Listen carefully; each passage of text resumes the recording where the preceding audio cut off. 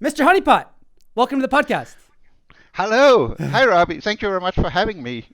It's a pleasure to have you here. Your parents actually named you Mikael Vingaard, but Yeah, it's a part of the deception that just like honeypots, you can see and you can be whoever you are. whoever you want. Exactly. Cool. Well, hey, Exactly. let's start out with introduction of yourself. Who are you? Who are we speaking to today? Yeah. Well, the short story is, as you said, I'm Michael. I come from Denmark. I have been working 15 years within traditional IT security, doing like pen testing, doing audit, doing business continuity planning, and a lot of other different stuff. 6 years ago, I decided I would like to look more into industrial because unknown to a lot of people that this is actually the stuff that run everyday's life. It's the one who runs the power grid, the water supply, the Mm, transportation, all the other things. So for the last 6 years, I've been working with industrial things, and because of that, I found a key interest in doing honeypots as well. It started out 6 years ago. I started to work with the Danish transmission system operator, the one who have the power grids, and mm. I had to learn something about industrial security because, in order to paraphrase Yoda a bit, I had to unlearn what I have learned. All the traditional IT security stuff, I could just pack it up and start to relearn a lot of interesting new stuff. And because of that, and since my employer didn't have like as power substation for me to play around with, I built a little industrial thing with a honeypot. I put it online, and immediately there was action on it, and as I said, that was the start, and the rest is history. By the way, what is behind you right now? Oh, thanks. That's actually it's my test lab. Whenever we're doing honeypots, I prefer to use real equipment, and this is just the test rig at home. And then of course we have a lot of other interesting things out in our data centers. So Okay, yeah.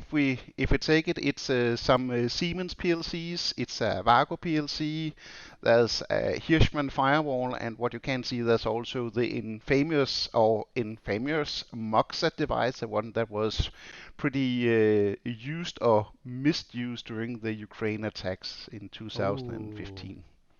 Yeah. Mm. What they call that one? In Destroyer or something? Yeah, that Is that? was 2016. Yeah, there was in Destroyer, Yeah, right. exactly. And in the Mm. 2015, me and two other researchers was one who has been credited in Postmodal finding some of the zero days who was misused in that. So that's quite funny. Post-mortal findings. Exactly, Whew. exactly. Yeah. Well, you are you're a rare breed. You have a very cool background. I'm super stoked to have you here today to talk about honeypots and Yes, deception in exactly. cyber. So when me and you are probably often in a similar situation, we have to explain what we do to people, right? And I always say that Yeah, hackers, you bad guys, you have the good guys, you have the bad guys, and yeah, what somebody's trying to break in somewhere, and somebody's trying to protect it, right? Offense and exactly, defense. And then exactly. there's the word deception in there, right? Because if you can trick, Yes. just like any sports, if you can mislead the other team, you might get an advantage. What do you think about the role of deception in cyber? Because you're kind of working with deception, right?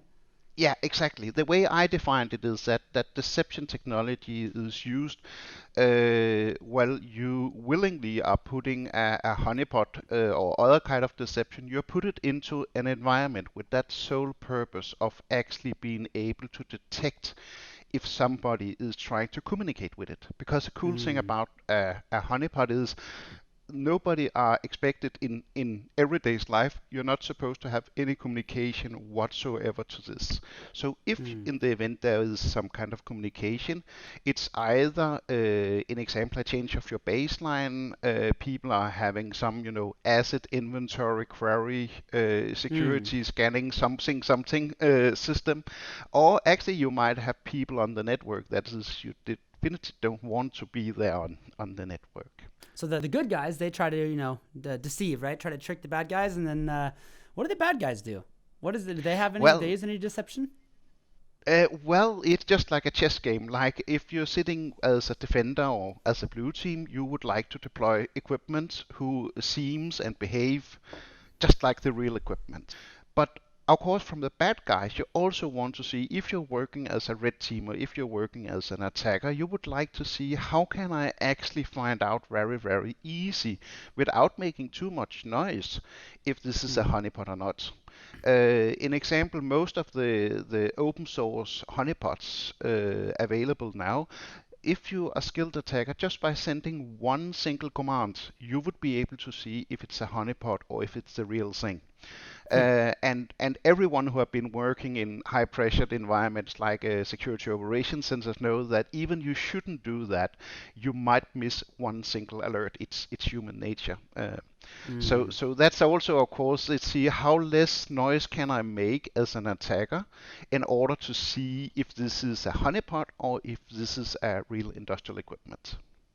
I know in normal IT security, they have the concept of living off the land, right? Exactly. I would assume, since there's not, like you just alluded to, there's not that much going on in those environments, so it's probably a little more difficult to live off the land in those environments, or?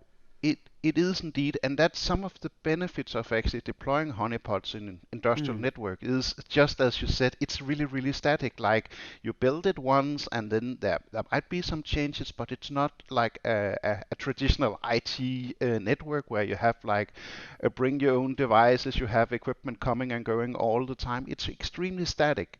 And that also means that, first of all, it's very hard for an attacker to live off the land in that sort of environment.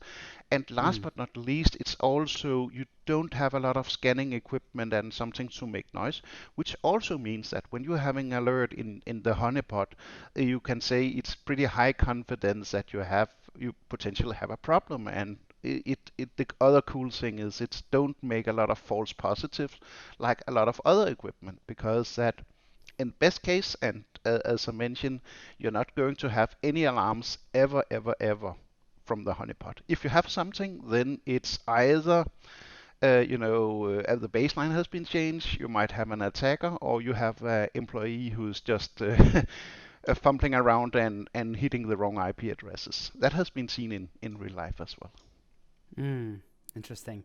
So the concept of OODA loops, you've heard of that one, Yeah. I assume. Yeah, exactly. Just for any of the viewers who might not be familiar with that, it's original a method who was invented, so to speak, by an American airman, and the OODA stands for observe, orient, decide, and act. And the whole idea was if you're a fighter pilot, then you when you scramble out in order to meet the enemy, you would start observe. You would have some ideas what kind of enemy would I meet, and exactly.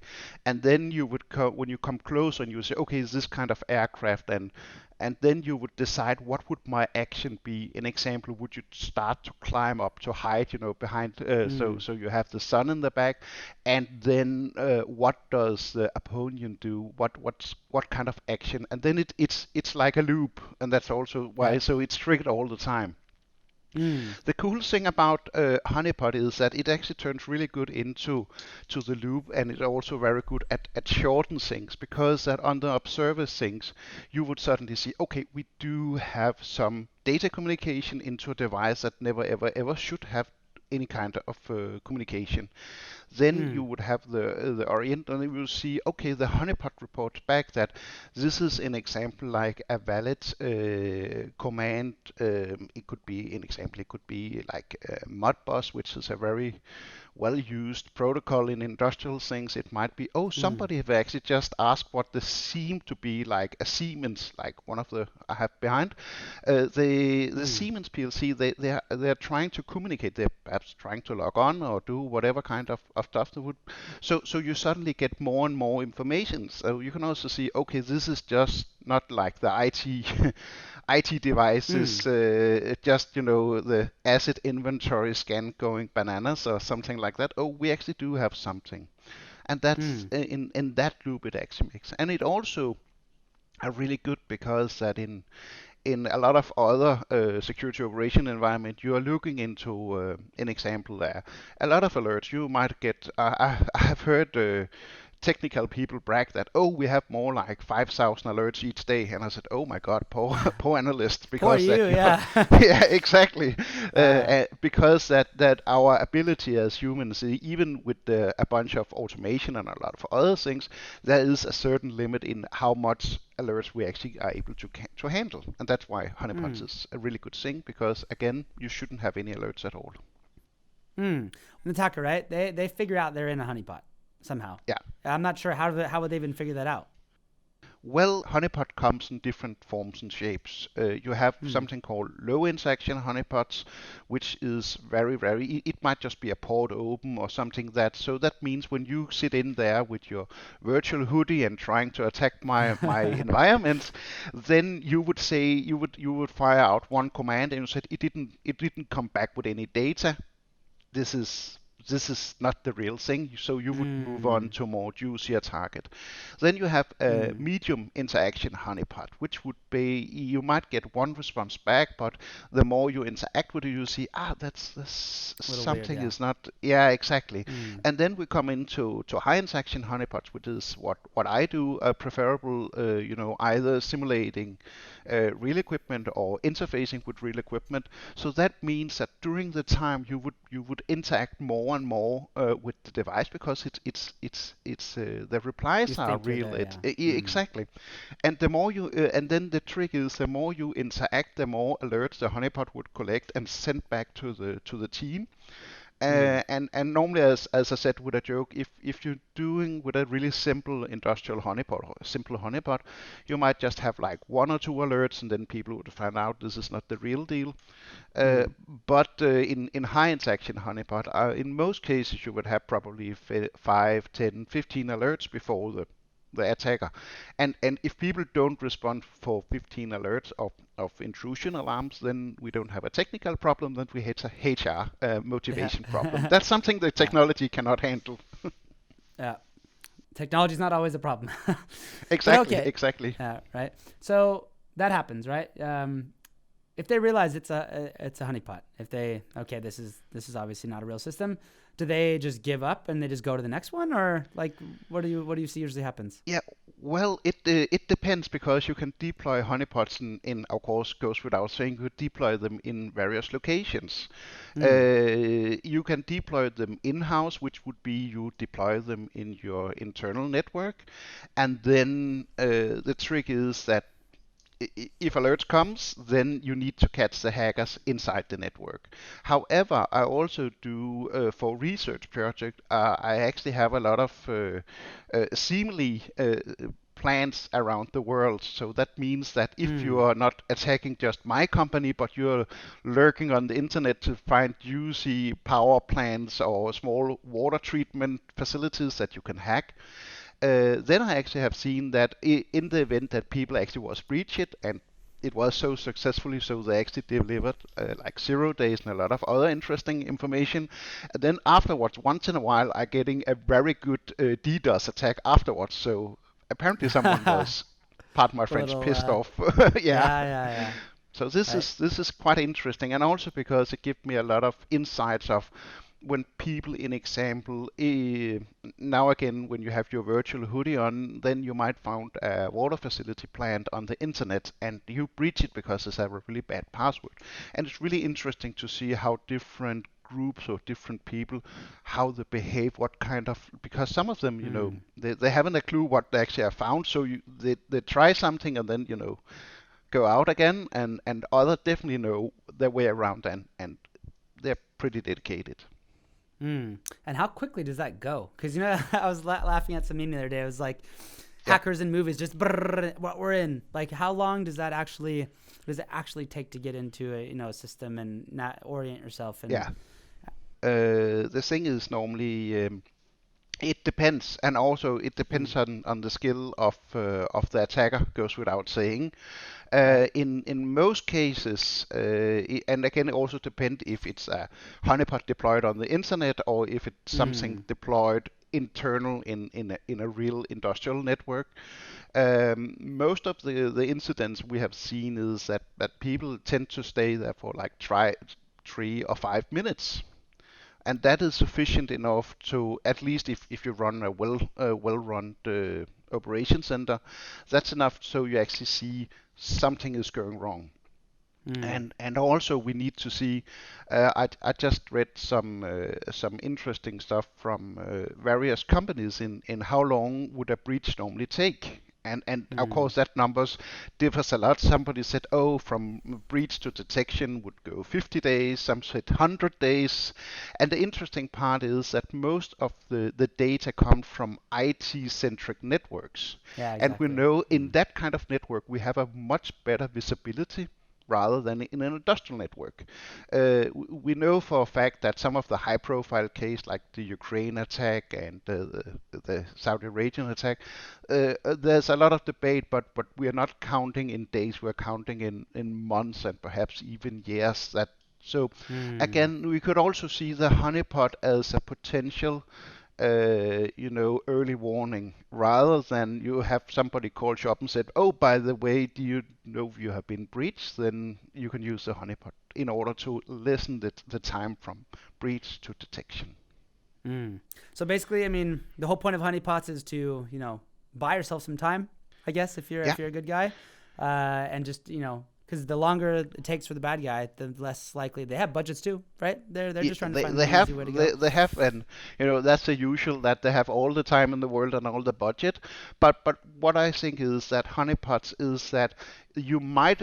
I think then in today we should recognize that if people really want to hack, you would be able to come into the network given enough time and dedication.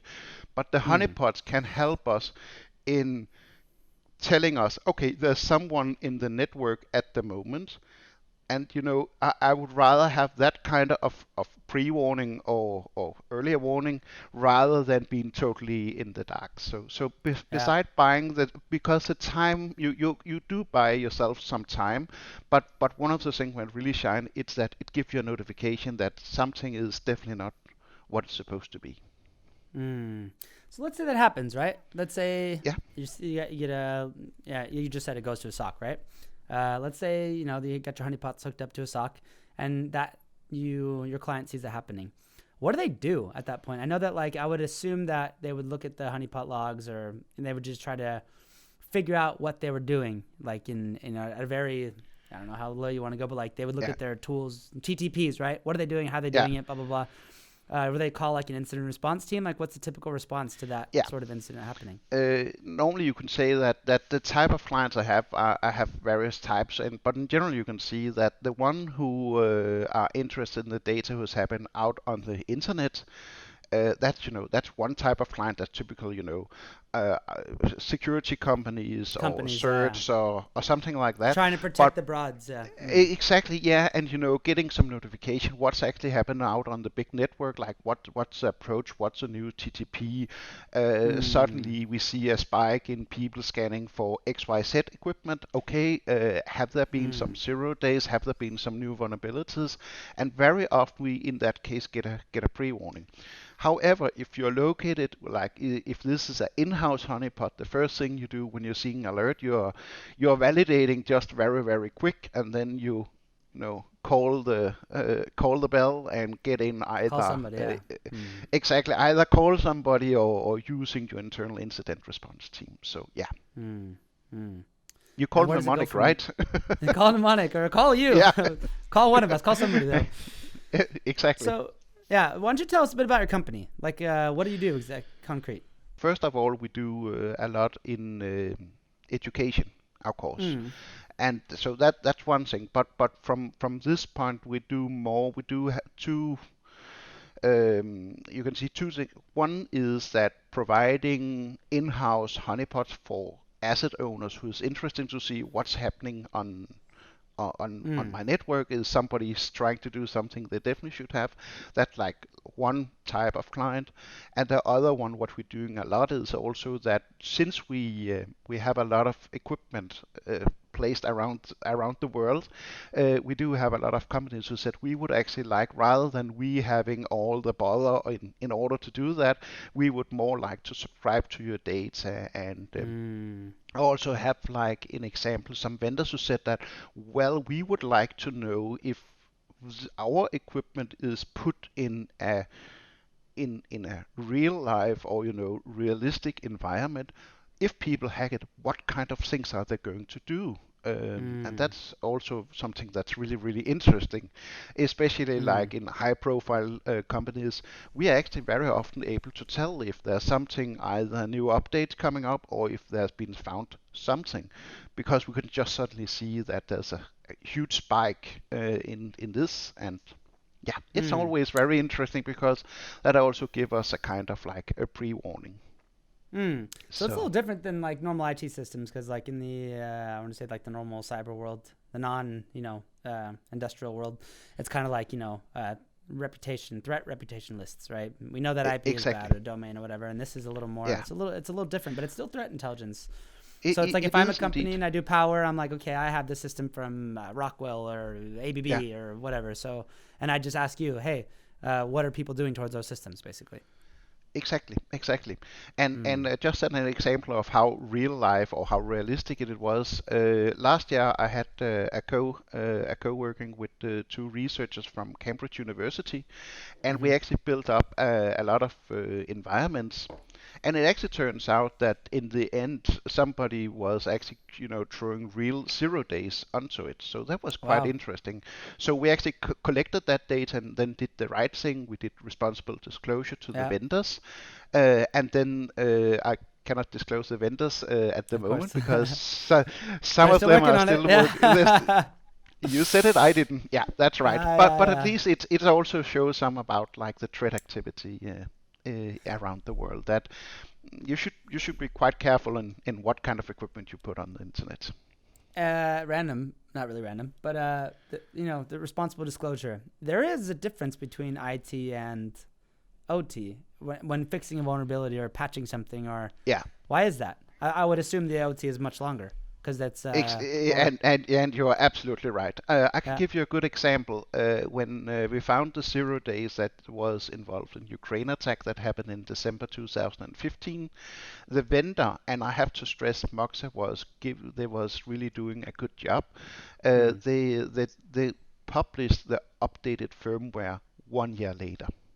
And Mm. which is a huge cry. In the example, if you look at Google's Project Zero, they said normally, well, after we have let you know, you would have 90 days, and if you don't do Mm. anything, then we will just publishing.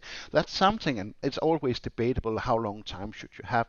But I have to say that whenever I do responsible disclosure to vendors, I very often, of course, there's some of the vendors who said, "Well, it's not a problem.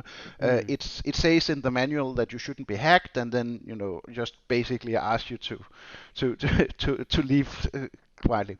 But a lot Mm. of other the companies who take this seriously or the vendors take it seriously, very often that if you change something, you really need to be sure that you don't, if you change something here, that you don't break, another functionality over there. Yeah. And just Mm. again, it's not like it's my teenager gaming rig. It's like if something Exactly. goes wrong, The things power can goes go out. really, Yeah. really exactly. It's not like, oh, we just sending up a quick update again. So there's a huge regime in Mm. actually like testing and fixing. So and of course it I also see goes that. without Mm. saying that some vendors has, they are on a maturity journey as well, so to speak, because that in the old days, like a responsible disclosure. One of the fun thing I had from a vendor that said, "Thank you very much for this responsible disclosure. We are actually at the moment hiring people for our security department, and we will get back to you as soon as possible." Okay, Mm. cool. So, but Mm. but again, it's back to maturity. If you look in for Yeah. like 5 or 10 years, vulnerabilities in industrial equipment wasn't a thing it is today because the change of Mm. like the threat People going scenarios. after it. Yeah. Yeah, exactly. And I would also assume that that's a good segue. The threat landscape for OT systems. Those are threat actors that are a little more patient and have a little more money in their pockets, I would assume, than ransomware gangs. Yeah, exactly. Yeah. What is the It's threat landscape like? Yeah. Yeah, if we look in, because that you shouldn't discount the ransomware people as well, because they of course they I know know that that okay, example, but yeah. if Yeah, no, I know, but more for the listener as well, that Yeah. ransomware is also becoming a thing because that in previous day it was running on proprietary and software and but today a lot of the stuff actually runs on Windows. So it's also like Mm. it's not the big difference between like my son's gaming computer and some equipment who runs like really interesting things. So from one point, people who is going for ransomware, they know that if I can hit a target like that, and hinder their delivery of the utility, then they would probably be pretty interesting in just paying up, and they would Paying. probably pay up Mm. a lot of more money than if it was like you and me who was being Ah, hit yeah. by ransomware. So Mm. that you can see that one kind of the threat actor. And just as you said, the other one is that it's people who have a lot of time and a lot of money and a lot of dedication in doing that. Mm. And that's just something we just have to live with and accept. It might be very hard in order to stop them breaking in, but at least we can do something that if they breach our network, then we can find out very soon and, then Mm. kick them out again. Mm.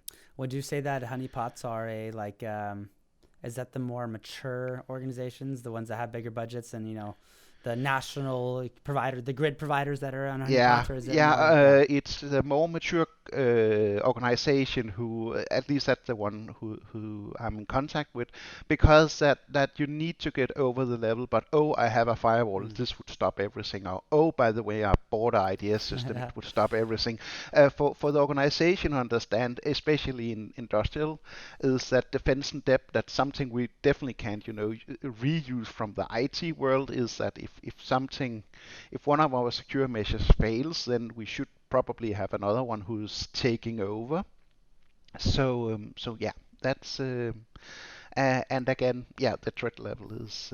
You can just see on the numbers of vulnerabilities found in just like a decade ago, nobody bothers, and now you have a lot of vendors who comes with thing. But it come back to maturity, yeah. Mm. Mm. What is your company called? My company call is very easy for this branch. It's called Honeypot.dk. Honeypot.dk. Nice, nice. Exactly. Well, we love the work you're doing. We support it. Thank you It very much, Robby, and thank you very much for having me today. was a pleasure. So, when is your guy coming to fix the house? We made it. He didn't knock on the door. I was just Yes. waiting. I was kind of hoping he would come at the very end so I could just be like, oh, we gotta go. Yeah. No. I still have 15 minutes to spare. Good. Thank you very much for your time, and I'll put your honeypot to DK in the show notes, and we'll be in contact. Perfect. That's Thank you. perfect. Always a pleasure, Robby. Always Thank a you. pleasure. See you All later. right.